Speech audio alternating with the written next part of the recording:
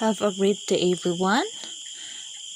Our topic for today is all about Rizal, a nation building. In Rizal, a nation building, Rizal envisioned a nation of individuals who would make responsible and independent judgment and who would think in terms of the welfare of the whole community. Nation building is the process whereby the society of Filipino with diverse origins, histories, languages, cultures, and religions come together within the boundaries of a sovereign state with a unified constitutional and legal dispensation, a national public education system, and integrated national economy. Also, Rizal had a pervading constancy and love for his country, which meant love for justice, for liberty, and for personal dignity.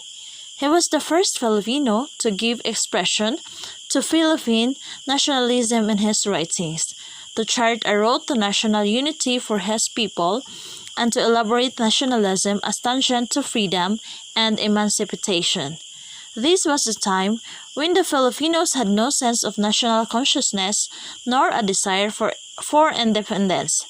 In his novels, he envisioned a fulfilled society, an emancipated people, and a progressive nation mature in political freedom. This dream was nursed at a time when it was political treason for a Spanish subject to conceive of a society independent of Spain.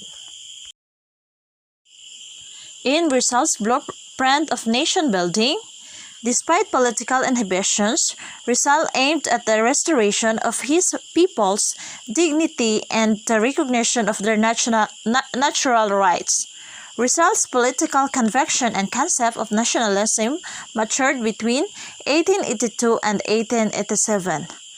From a distance, he gained a better perspective of his country's problem.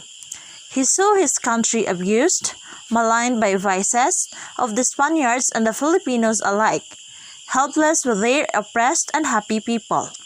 The country inspired in him not inky sympathy but an enduring love. He began to understand now that the prolonged subjugation of his people was caused primarily by two factors, namely, first, the absence of national consciousness, and the second one is the poor training and education of the people.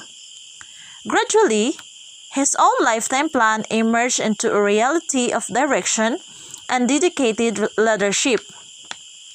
He not only showed his people how to live nationalism, he also conceived an idealism of dedication and intrepidity for the betterment of Philippine society. Hence, his blueprint for nation building includes the importance of education, instilling racial pride and dignity among the people, the promotion of national consciousness, the reorientation of values and attitudes, and the willingness to sacrifice for the country. Rizal looked upon education as a prerequisite to the realization of a people's freedom. It is through education that people obtain knowledge of themselves as individuals and as members of a nation. He insisted on educating his people so that they may successfully eradicate the vices of their society. He wanted them to develop a national awareness of their rights and pride in their country, heritage, and culture. The long period of colonial domination and the constant humiliation and discrimination experienced by the Filipino people from their colonial masters produced a feeling of inferiority and a lack of racial pride and dignity.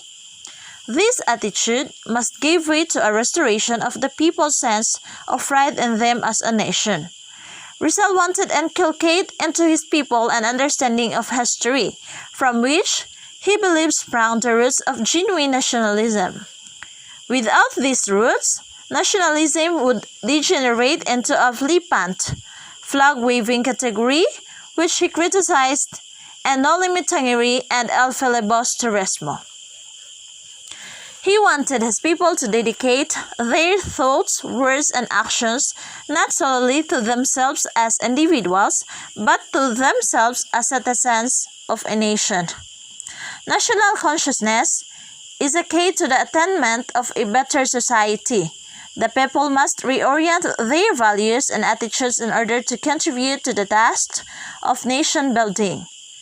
Rizal emphasized that the task of nation building is accompanied by hardships and sufferings which the people must inevitably experience to bolster their courage. The sacrifices experienced by a people strengthen their bonds of unity and their sense of independence. The paramount problem during Rizal's time was the development of a national consciousness, that is, the creation of the spirit of nationhood in the minds of the people. It was important that the people realized the sordid facts of their existence, the cause of their oppression, and the sacrifices they must endure to be freed from colonial domination. Rizal felt the need for a psychological approach to rouse the people's pride of their ancient heritage. This was necessary to restore the native dignity which had been denied them by 3 centuries of systematic humiliation and degradation. Once stirred from their inertia of servility and apathy, they should organize themselves and direct their efforts and action toward building a nation. Rizal envisioned a nation of individuals who would make responsible and independent judgment and who would think in the terms the welfare of the Filipino community. Hence, a national community would be created where the fruits of Filipino labor would benefit the people and not a foreign master.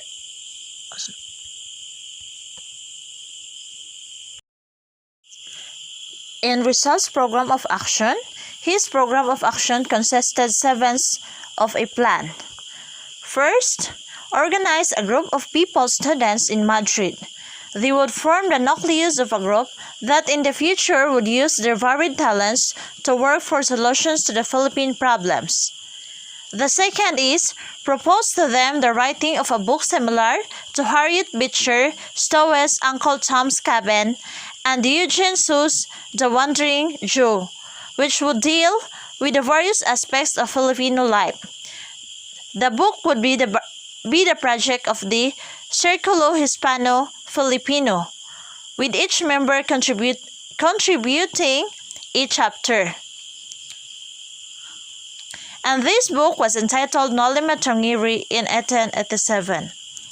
The third one is from the records in the vast Filipiniana collection of the British Museum.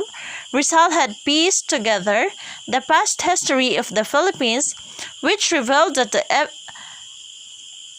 even before the coming of the Spaniards, the Filipinos already had a developed culture, and of these records, he chose to annotate Morga's Sucesos de las Islas Filipinas. And the fourth one, he wrote the Indolence of the Filipinos, which came out as a series of 5 articles in La Solidaridad from July 15 to 15 of September 1899. And the fifth one is for the possibility of the Filipinos resort to arms as a desperate means to fight. He wrote El Filibusterismo to show his countrymen the price they should be willing to pay and the problems they would have solved first before plunging the country to revolution. He warned his countrymen to consider seriously its decision to revolt against Spain if no reforms were granted. And sixth, he thought of showing the people how to organize themselves into a compact homogeneous body in the Philippines. Rizal's major plan of organization was the establishment of La Liga Filipina, or the Philippine League.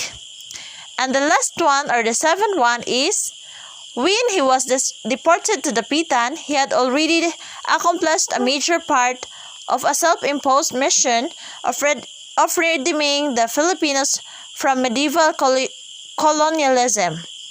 His exile demonstrated the hero's untiring efforts at continuing the program of action that he relentlessly pursued for the realization of his blueprint of nation building, establishment of a school and a clinic therein, the community development projects and he undertook. And also, Rizal had a program of reforms, or Rizal program of reforms. In Rizal program of reforms, the national, he thought his people did not end with the attainment of independence. He looked beyond independence to the progressive development of a new nation and politics, economics, technology, and education. His writings conveyed concepts that are applicable for all time, especially to present in all major areas of political, socio-economic, and educational reforms, and his moral teachings and principles convey the essence of national awareness. His profound ideas and teachings have become the model and inspiration for Philippine national leaders.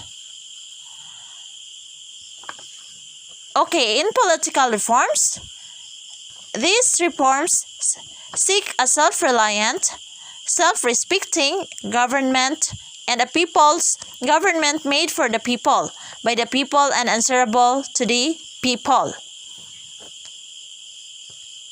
In educational reform, it is, without education and liberty, the soil and the sand of mankind, no reform is possible. No measure can give the desired result. And in socio-economic reforms, it is considered socio-economic aspects in campaigning for political reforms, for I believe that such reforms would be meaningless if the people remained in poverty. In moral principles and teachings, it is all about the morality was the application of reason and the conscience of specific problems of behavior.